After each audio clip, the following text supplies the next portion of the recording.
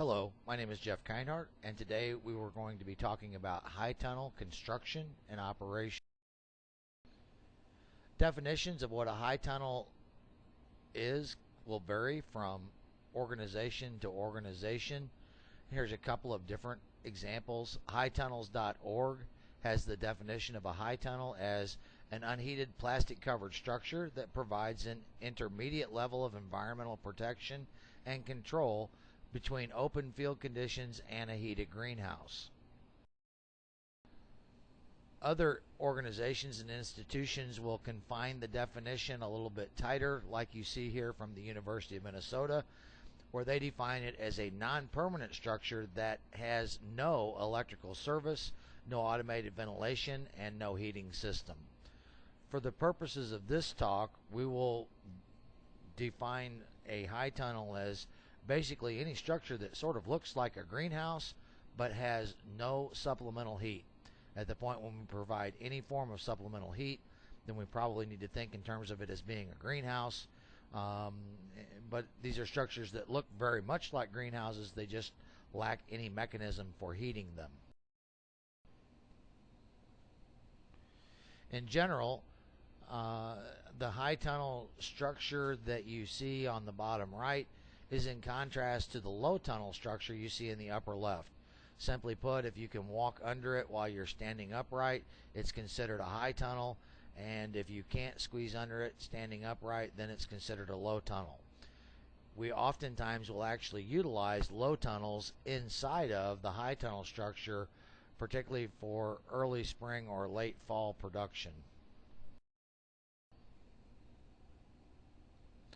Although nearly every crop likes the high tunnel environment, because of the high value real estate that we're talking about, most reserve their tunnel space for a few crops. The economic importance and the crop response to the high tunnel environment kind of dictate what crops are going to be commonly grown. And I think by far the most commonly raised in Illinois in a high tunnel would be tomatoes.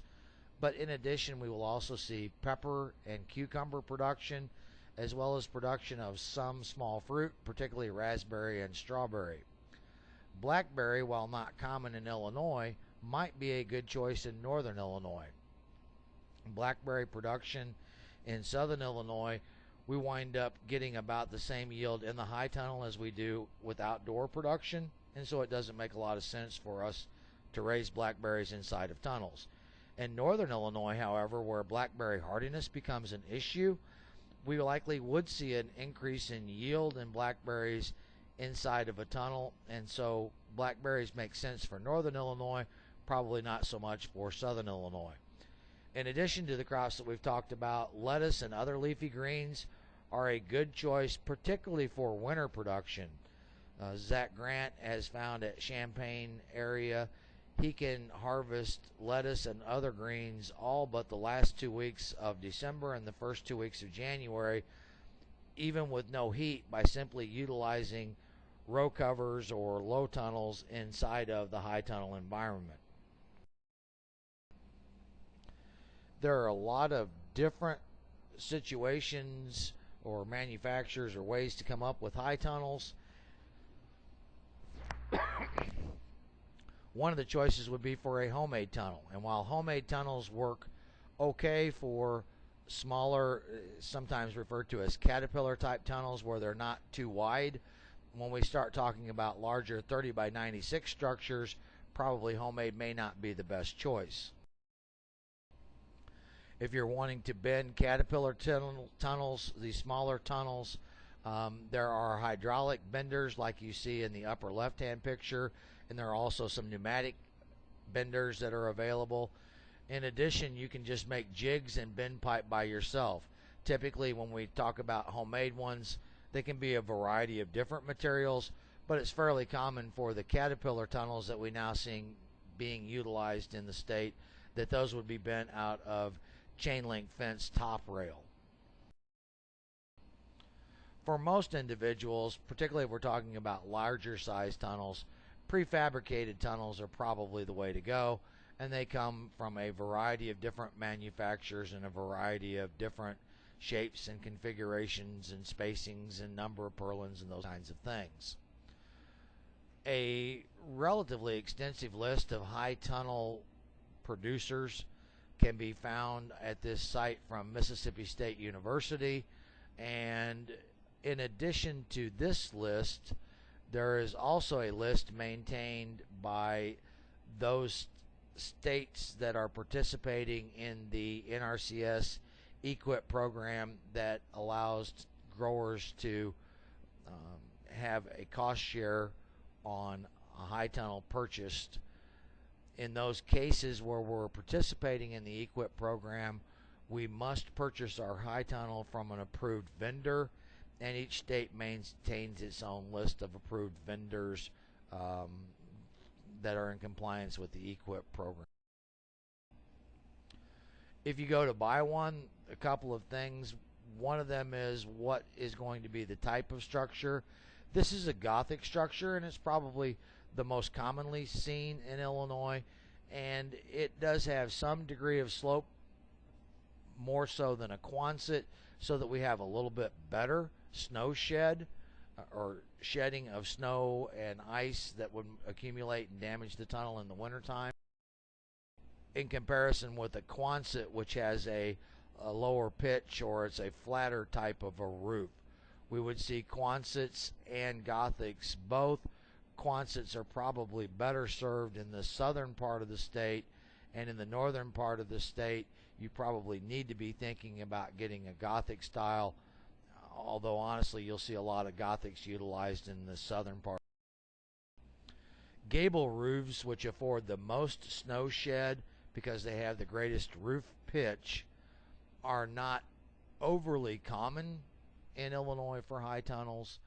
One of the problems with the gable structure is that because it has such a high pitched roof, if we start with a 6-foot sidewall, which we would recommend on the end, it winds up becoming quite tall to the peak of these sorts of structures. You can purchase individual freestanding structures, or in some cases we may look at gutter connected structures like you see here. The picture below is showing a gutter connected Quonset type structure, and the advantage of having a gutter connected structure is simply this: it eliminates 2 of the sidewalls that would have been losing heat to the outside environment. So we have better heat retention or less heat loss in gutter connected settings than we do if we had 2 individual freestanding structures. With that said, however, it is fairly common that growers will erect a 30 by 96 structure this year, and then the following year decide that they want an additional 30 by 96 structure. At that point in time, gutter connects really work best or easiest if we are putting it up and order it and purchase it as a gutter connected structure where we're putting up both units at the exact same time. To try to piecemeal back and shove a second unit on top of a pre-existing unit can have some difficulties, and so even though there are advantages to gutter connects, it is relatively common in Illinois to see 4 or 5 freestanding structures rather than a gutter connect structure, even though they do offer some efficiencies that are not afforded by individual freestanding houses. This is an example of a gutter connect Quonset style. Quonset style house, and there are also gutter connect gables that can be purchased. Site selection is one of the most important things when we think about going into the high tunnel business. What you see here is probably a site that's not very well suited for a high tunnel. We don't have good drainage here. You can see we certainly like to talk about aquaponic systems, but we don't want to be raising the fish inside the high tunnel unless they're in a tank. These high tunnels are subject to the forces of nature, and particularly wind and storms can cause damage. And here's an example where the wind has knocked the end wall out of the structure. We'll talk in a little bit about end wall kits that can be bought, but if you try to make your own end wall and you don't do a good job with the construction, this is a fairly common thing that you could see where the end wall gets knocked out of the structure. Here's an example where the bows have been destroyed due to snow and ice accumulation on top of the structure.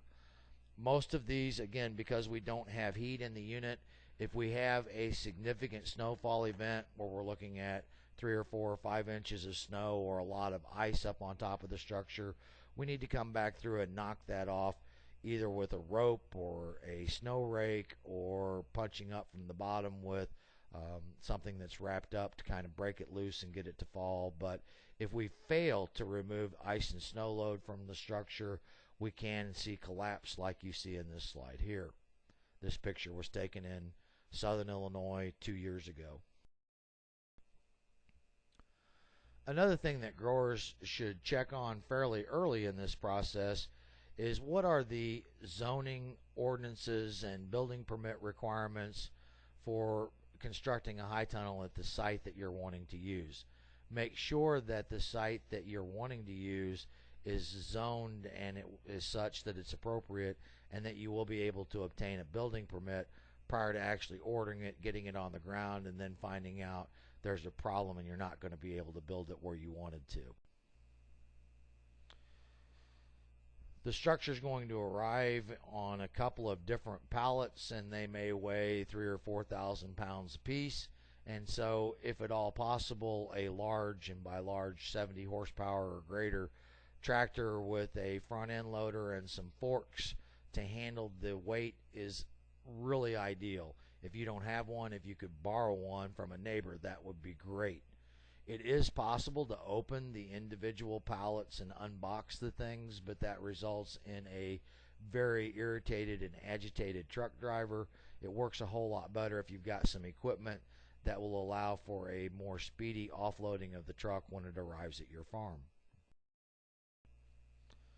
Let's talk just a little bit about sort of what are the pieces and parts, or kind of the...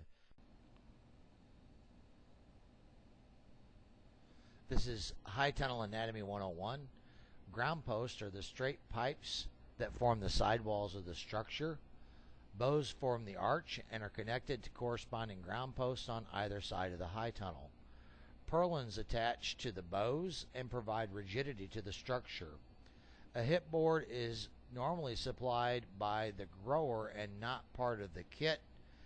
In some cases, however, the hip board may be a metal extrusion and supplied with the tunnel, but more often than not, this is not the case.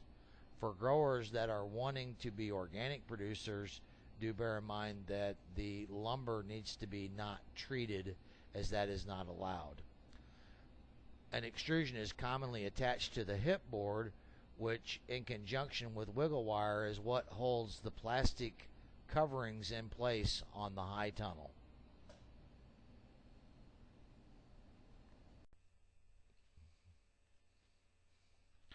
And this is wiggle wire, as the name implies. You kind of wiggle it back and forth to lock it in the channel. This is wiggle wire being installed to hold a piece of plastic in place on the roof of the structure.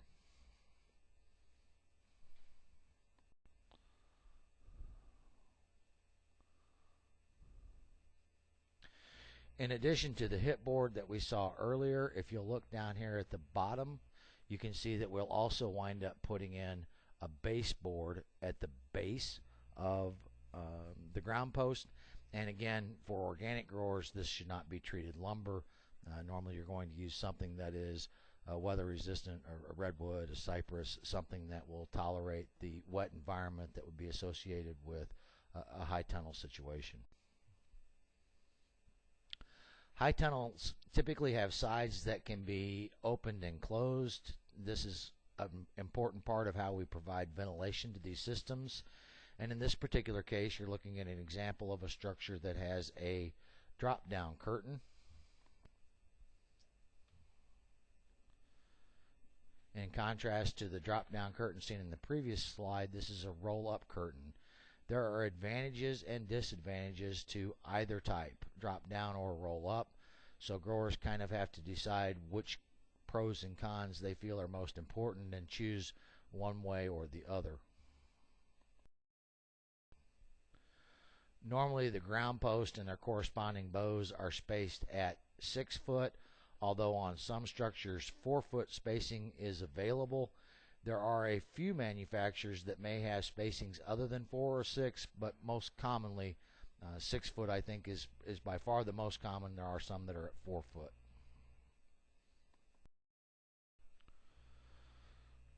The ground posts are held in place by one of 3 methods commonly. The left picture is a short piece of pipe that is pounded into the ground, and you do that with a sledgehammer.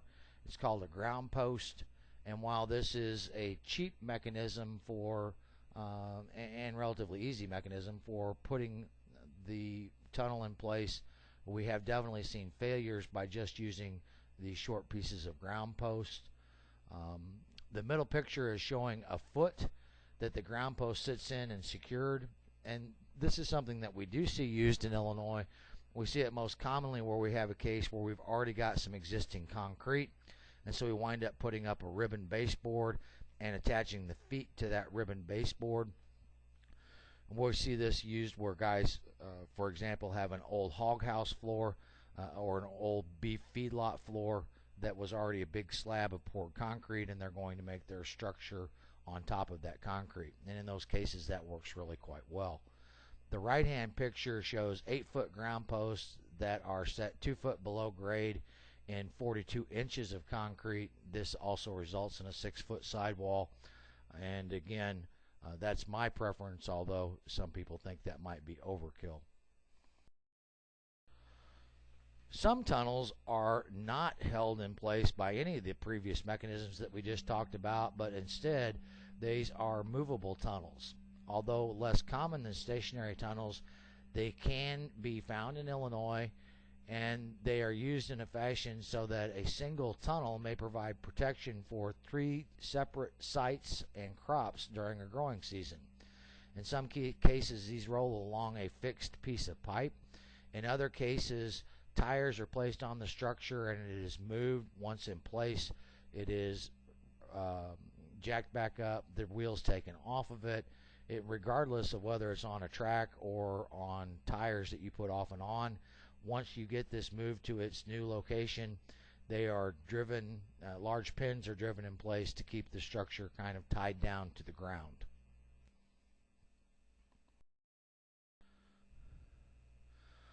One additional structure for your high tunnel is the bow configuration. Typically, cheaper tunnels have open bows and more expensive ones have some type of trussing. Here are some of the kind of common truss configurations, and they're listed down this page in order of strength. The open bow that you see at the top is the least strong, and the double W that you see in the bottom is the most strong. I think in Illinois we would see some H's and some V's and some W's, all 3, as well as open bows. And what we decide to select from this group is kind of a scale where we have to weigh strength against what it's going to cost us. It becomes really important if you're planning on, for example, growing tomatoes, that you're going to try to trellis to the roof of the building so that there's going to be a lot of weight on the structure, that we go with something other than just an open bow and have some sort of trussing in place. Here's an example of a tunnel that has a very low load capacity, and in this particular case, this manufacturer, this tunnel, we've got to take the plastic completely off during the winter because it is not capable of supporting any snow load.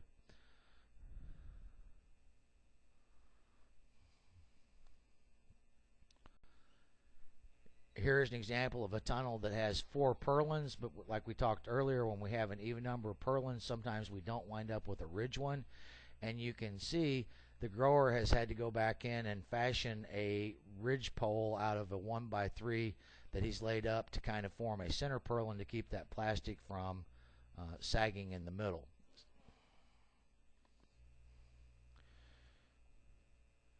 Here's a different tunnel, and you can see it does have a ridge purlin. And in general, again, the more purlins, typically the more strength, although that's not always the case.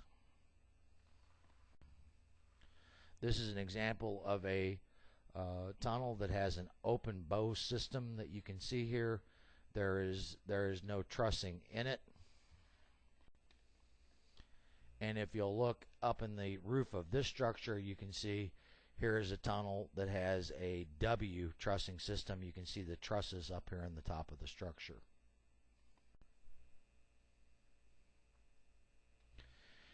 End walls are normally not part of the high tunnel package by itself.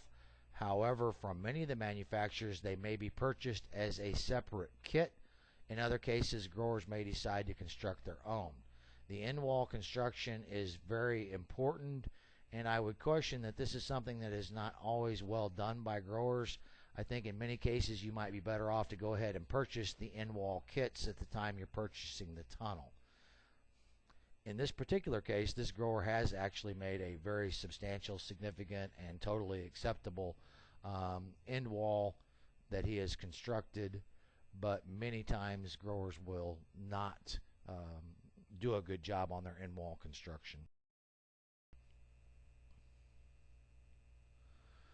Steel or aluminum material can be used instead of wood for the end wall construction, and typically when you buy a kit from the greenhouse manufacturer, an end wall kit, it normally is going to be some type of aluminum or galvanized steel material that you put in place, and so strength and durability both tend to be very good on purchased end wall kits. Here's an example of a tunnel without adequate end wall support. I feel very comfortable in saying that because Julie and I built it, and I can tell you it is not substantial enough. There are only 3 uprights across a 30-foot span, and it just really isn't all that it should have been. We are in the process of replacing that with an end wall kit that we are purchasing from a manufacturer. The material that we use to cover a high tunnel is normally referred to as glazing, and we have several choices to choose from.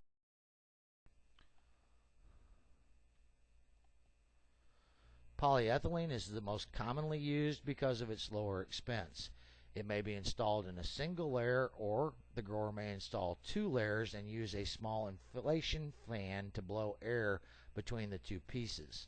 This is typically referred to as double inflated poly or Rutgers system poly, and double inflated poly has a much higher R value, a much greater degree of insulation than a single layer of plastic. In addition, when we go to double layer poly that is inflated, we also see a reduction in the amount of condensation that we have to deal with inside the structure.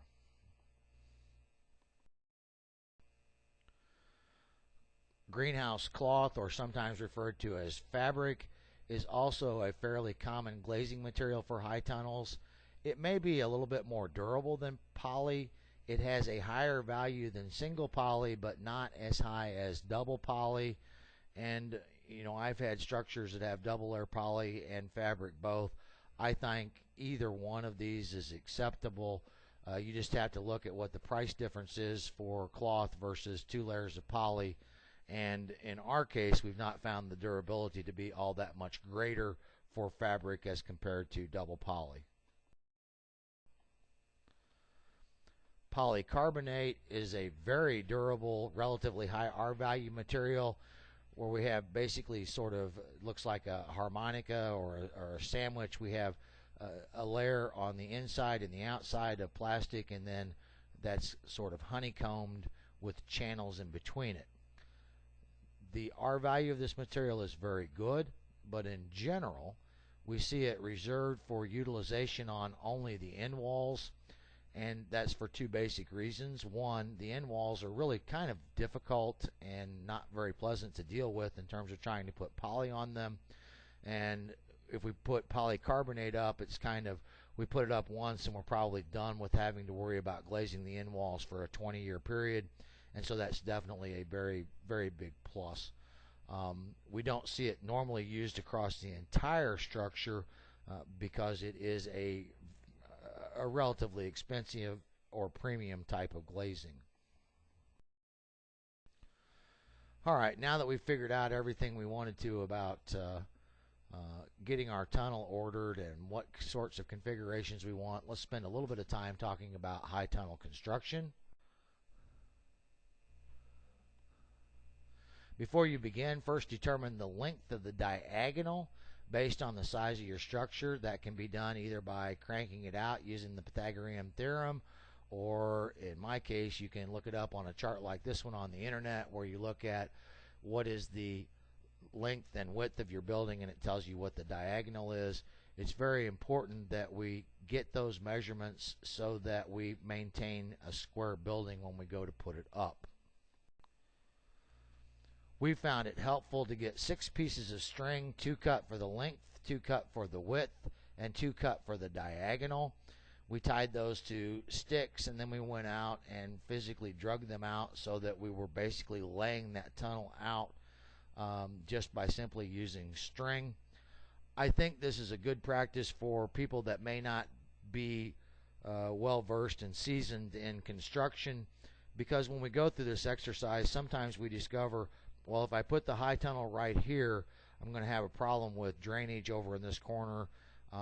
You know, the strings and the post wind up kind of making that real, and if we notice there's a problem prior to digging the first hole, we're much more likely to resite the tunnel, as opposed to, I've got half of the holes bored, I discover, well, really this would have been a lot better if it was 5 foot over, and we're not going to go bother to move it at that point, and we'll wind up having to address a poor drainage issue perhaps for the entire life of the tunnel, which, you know, could be 20 years or more. So we found it very useful, although you can skip this step if you want to. We just found it useful because we were not overly familiar with the construction process. Once we've decided where our tunnel is going to sit, we're going to wind up erecting batter boards, and you can read more online about how to build batter boards and how to place them, but the batter board is going to be the tool that we use that is going to result in kind of our exacting measurements that we're going to use for the rest of the high tunnel construction. 2 nails are placed in each horizontal board, one at the exact dimension of the structure, and the other is offset by half the diameter of the pipe being used for the sidewalls. These are absolute critical measurements, and they must be done without any slack in the tape measure. We would rather see you use a steel rather than cloth or fiberglass tape measure, because that cloth or fiberglass tape measure will wind up stretching depending on the temperature or how hard you pull on it. Steel tapes tend to be a little bit more accurate. Once the nails are in place, string is stretched between the nails and pulled as tight as possible. This is going to form the exact blueprint of our building. The string is first placed on the nails representing the actual dimensions, not the offset.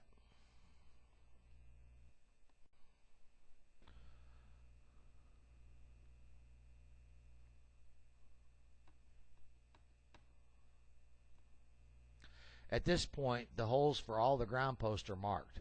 The corner posts are located at the intersection of the strings that represent the sidewall and the end wall. Subsequent post spacing along the length of the building are marked by tape, measuring down. If we've got 6 foot spacing, every 6 foot we'll wind up making our hole. We drop a plumb bob down to get an exact location. And in our case, we used roofing nails to mark that exact point where the plumb bob struck.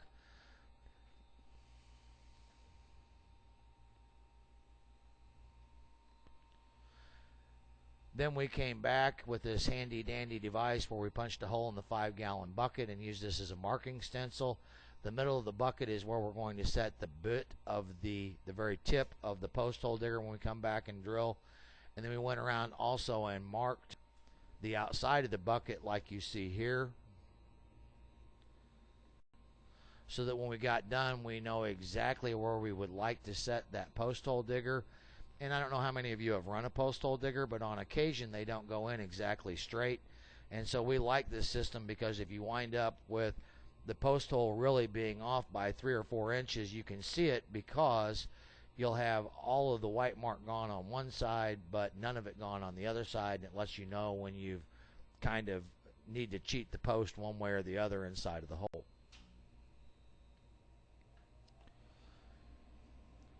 For concrete buried post, we're now going to be ready to dig the hole. If you are going to use posts that you're just going to drive in the ground, honestly, once you have that nail mark in place, that's exactly where the post goes, and you could drive your post there. In this case, we were going to set our post in concrete, so we're going to dig a 40 or 42 inch deep hole. And before you start that post hole digger, utilities must be located. We do not want to be hitting things like water line or buried electric or other kinds of things. I say this from experience. And the 3 high tunnels that I've put up, I have managed to hit 2 water lines in the 3 tunnels that I've put up. So try to make sure that you have them located. In some cases like ours, the pipe runs through here, but it's a pipe on your own property, and so there is no joint utility location people that are going to come and help you. So maybe if that's an issue, have the supplies on hand to fix it, so just in case you happen to pop it, you're ready to make the needed repairs. In other words, before you turn on the tractor, maybe have the wrench located to shut off the water main. So once we've got all of our holes dug, we go back and we shift the strings over for half of the diameter of the post. This now represents the very outside of the structure, and we use now these strings to set our corner post.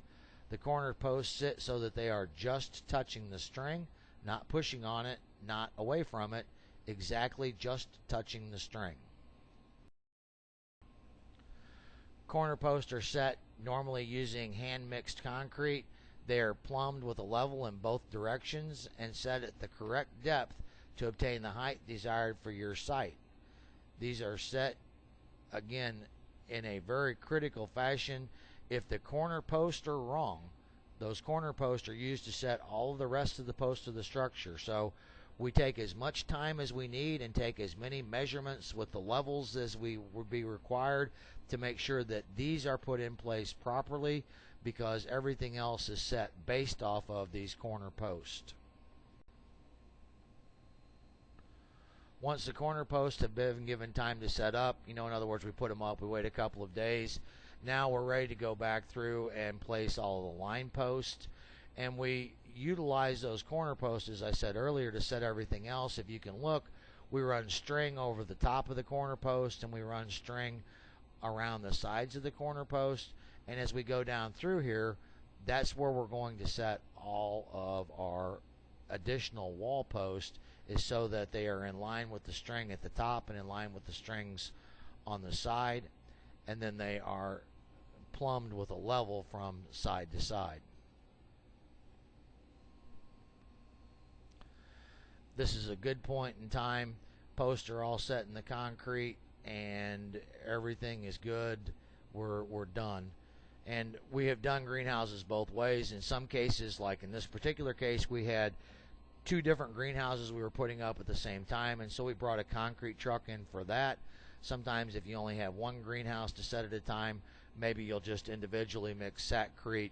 You just kind of have to look at the economics and what is and isn't going to work for you as to whether or not you order have a truckload of ready mix or hand mix satcrete by yourself.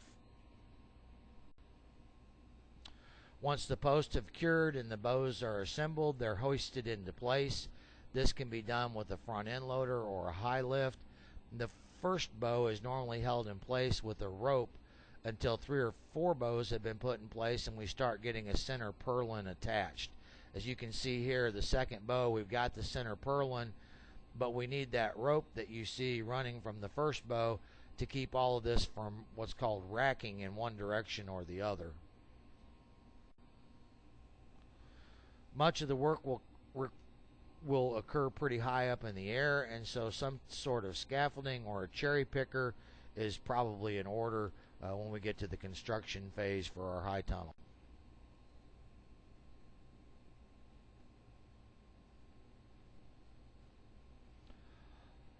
We would like to see all the bolts that you put in facing the same direction. This reduces our chances of damaging polyethylene. So if we have all of the bolts being slid in so that all of the heads are at the north or all the heads are at the south, it doesn't really matter which direction you put them in. Just once you pick a direction, put all of them in the whole structure in so that they're all facing the same way.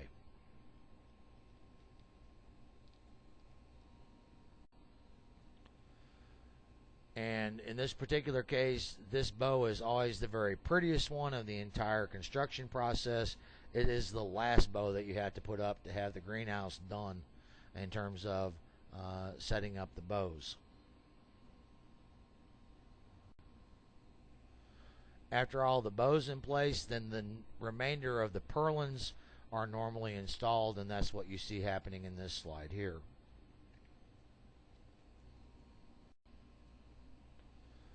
All sharp corners have or need to be covered with typically duct tape to prevent any sort of snagging or damage to the plastic covering when we have to drag it over the top for installation. Here you can see Julie going in and putting a piece of duct tape over all of the joints, and we also typically put that over any exposed bolt heads or things like that so that we don't snag that plastic covering when we try to drag it over the top. If you're using a kit that has a curtain end wall covering like this particular one from FarmTech, this one happened to be lashed into place over the end bow, and you had to put it on first, the end wall on first in this particular case, then place the extrusion that's going to hold the wiggle wire, which is what's going on right here. She's attaching the extrusion that's going to hold the wiggle wire on the outside bow, keep the cover in place on the top of the greenhouse.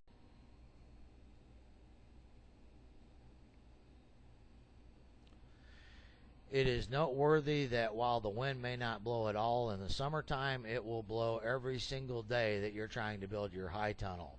It will also blow anytime you have to go back through and try to reinstall the cover on top of it. So beware that, bad things can happen when the wind is blowing and you have these large sheets of plastic. There's a lot of wind resistance on them. You can see here it knocked over all the scaffolding configuration just from the wind moving that plastic. Once the cover's been pulled in place over the top of the bows, it is then attached with wiggle wire as seen here. The large cover that goes across the top, we normally have a person located at each end of the building, and you pull tight against each other, and we start at the very top of the structure and work our way down. Again, both of you going the same direction. We would normally do these end walls first, and then that results in the side walls falling right into place, and we can just walk right down through and wiggle wire them in place.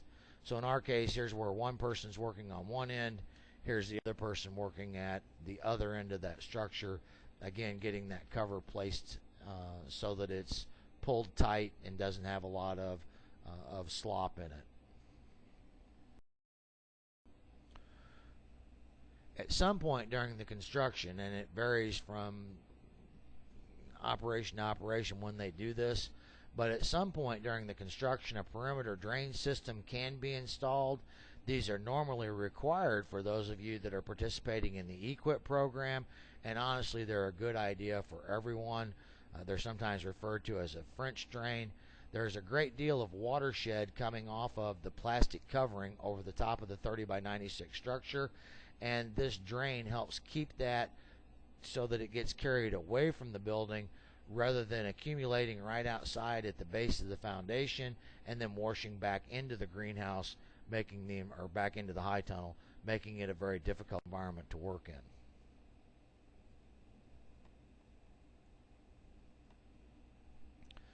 Here is the interior of a structure, again just after we had just finished putting the cover on it, maybe 10 minutes before this picture's taken. Once the cover has been put in place, then that ground will start to dry out in there. Again, it starts to warm up. It's not raining in here anymore, and so typically within a week or so things get dry enough. Even if it was very wet like you saw in our example, you can come back in and start doing your initial ground preparation.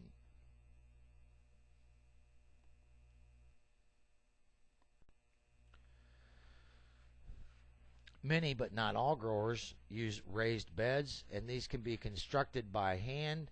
In other cases, you might use tractor-mounted equipment to make the raised beds. In my preference is to make permanent raised beds out of some sort of constructed material. And my reason for that is when I go to permanent beds, I can probably put 2 more beds inside of a 30-foot width than what I could get if I were trying to pull them by a tractor or pull them up by hand.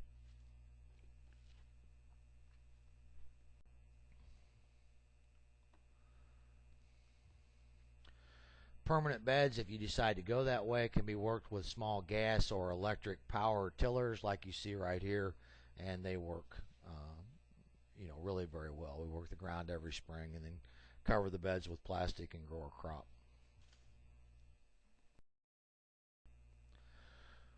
When working beds, any fertilizer that may be required is normally incorporated prior to running that tiller down them, and we will talk about fertilizers more next month.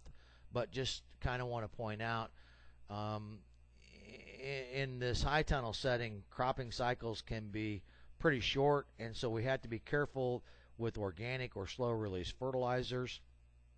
Normally in a tunnel, we're talking about plantings that are at very high densities, and so we might need a bit more fertilizer than would be recommended for the exact same crop being grown outdoors, where the crop is being grown at a lower density. Because we have more plants per square foot, we need more food per square foot to make that crop successfully be produced. Small raised beds require very careful calculations and measurements. Do be aware that salt buildup can occur, and normally because of this salt buildup that we worry about and the fact that we need to put on a lot of fertilizer because of the high density of the planting, it is very common that we would split our fertility through applying both pre-plant fertilizer and then also coming back and applying some through fertigation. I think we talked some last month about the utilization of an injector like you see here to feed fertilizers in the greenhouse when we were trying to raise transplants. We're basically going to do the exact sort of same thing in the high tunnel environment. Here's an example of a couple of injectors being used to provide fertility. Till your beds, get them struck off like you see right here.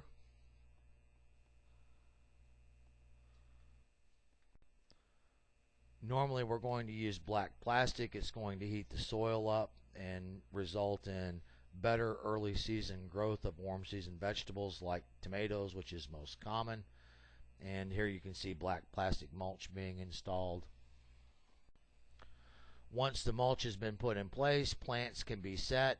It's pretty typical to use something like the bulb planter seen here in Julie's hand, and these do a great job of making the holes in the plastic so that we can go back through and plant our crop.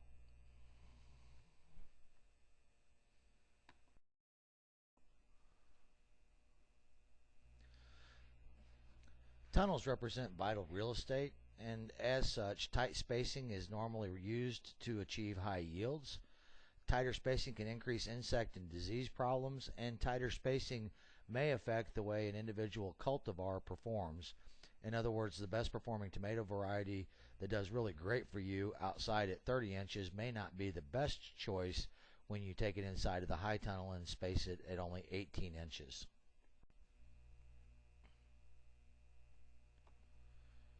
These are tomatoes shortly after planting, and in this case they are determinate tomatoes, and you can see the sticks that are being driven in place where the trellis weave system is going to be utilized.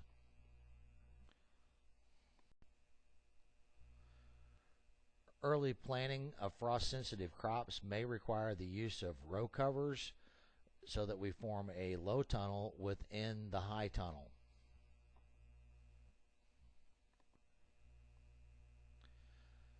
A very lightweight row cover protected all but the northmost plants in these rows when outside nighttime temperatures dipped to 16 degrees Fahrenheit on 2 different nights in a row.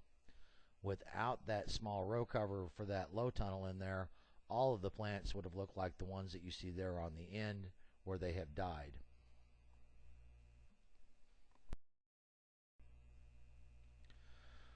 While tomatoes commonly are trained regardless of whether they are raised in the field or in the high tunnel, many crops like cucumbers and peppers are commonly trained inside the high tunnel, even though they may not normally be trained when raised outside in the field.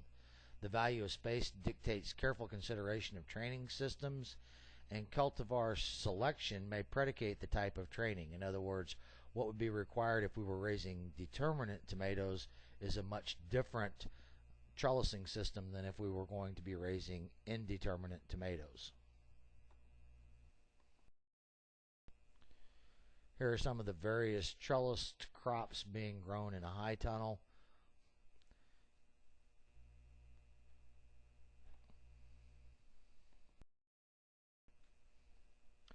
Many tunnels are not capable of supporting the loads of the crop being raised, so oftentimes we would like to see growers form a freestanding trellis so that the weight is being transferred back to the ground and the load is not being carried by the structure itself.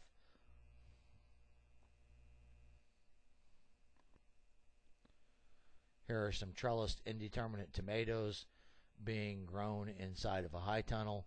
And just to give you an idea, if you were raising indeterminate tomatoes, you can be looking at somewhere in the vicinity on a 96-foot house.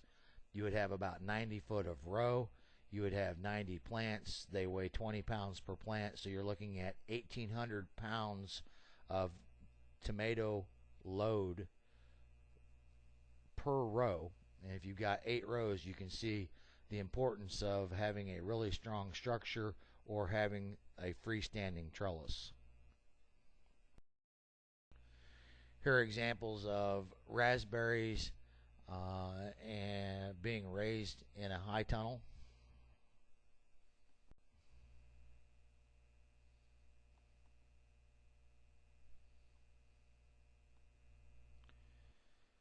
And here's a high tunnel situation where the grower is raising both determinants that you see on the left part of the slide and indeterminants that you see on the right part of the slide, and so there are two different trellising systems within a single individual high tunnel.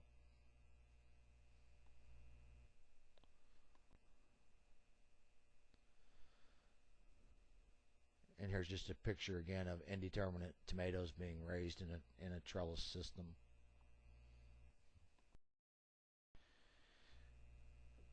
Many crops raised in the high tunnel require either wind or insect pollination. Providing a mechanism for pollination such as bumblebees or electric vibrating pollinators or even leaf blowers can increase yields. This is especially true for the early production when pollination inside of the tunnel is even more limited, because on those first flowers the tunnel sides may not have been opened much for ventilation, and so there was not only very little insect traffic but also very little wind blowing through. And so we do need to take consideration for pollination, particularly early in the growing season. Some crops may completely fail to produce if pollination needs are not addressed, and in some cases there are some squash, an example you see here, also some cukes where there are parthenocarpic varieties available, meaning that they are varieties that will form fruit regardless of whether they are or are not pollinated. And so if we are got a big concern about pollination issues, we may want to look for parthenocarpic varieties among crops where such an option does exist. While the high tunnel environment tends to greatly reduce the number and severity of pest problems, it will not normally eliminate all of them. Pesticide application for both organic and conventional growers will be a common practice, and you can see here a sprayer that's being used. This is a steam generator that you see in this picture here, and one of the concerns that we have is raising tomatoes on tomatoes on tomatoes, and so we have done some research looking at the efficacy of steaming in these high tunnel environments to avoid some of the soil-borne diseases. Here you can see tarps in place and steam being applied to the soil bed, and basically this technique, we're going to heat the soil to 160 degrees Fahrenheit for about an hour, and it controls weed seed as well as bacterial and fungal pathogens that might be present in the soil.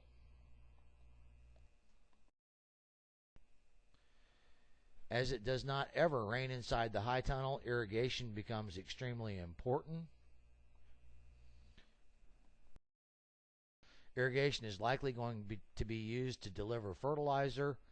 The high densities that we plant at and the warm temperatures that are inside of the high tunnel will result in most of our growers, because we have such a need to deliver water, most growers will use 2 individual trickle tapes down each row rather than a single tape like we would use outside.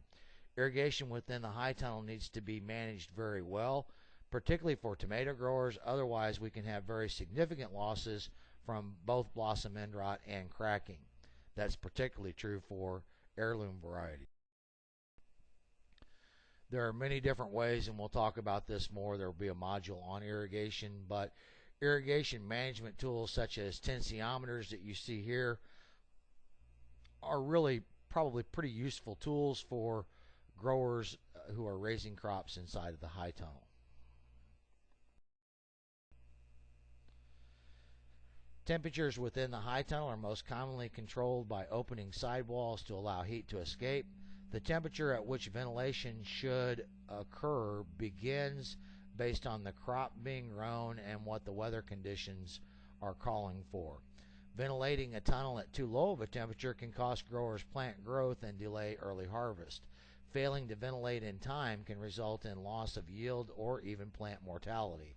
Many growers will also install fans in high tunnels like those that you see in this slide, and they're not so much to control temperature as they are to provide air circulation, and by keeping the air circulating it helps us to control humidity, and it also keeps temperatures more uniform throughout the house so that we don't suffer from cold or hot pockets.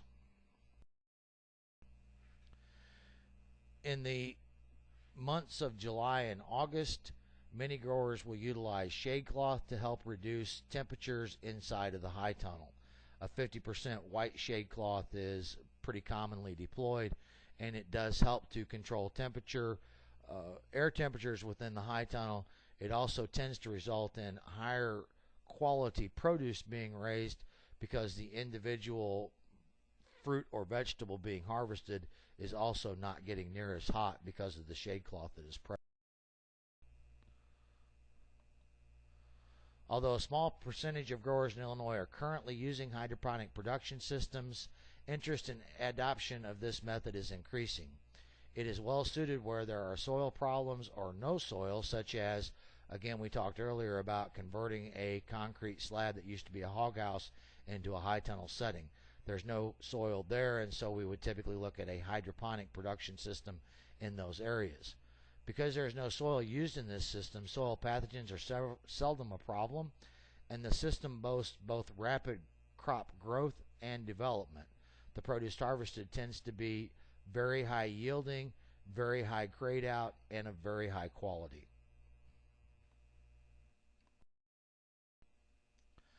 This is some hydroponic strawberries that we have raised here in Pope County at the station where I work at. These are some hydroponic tomatoes that are being raised in a high tunnel in Union County.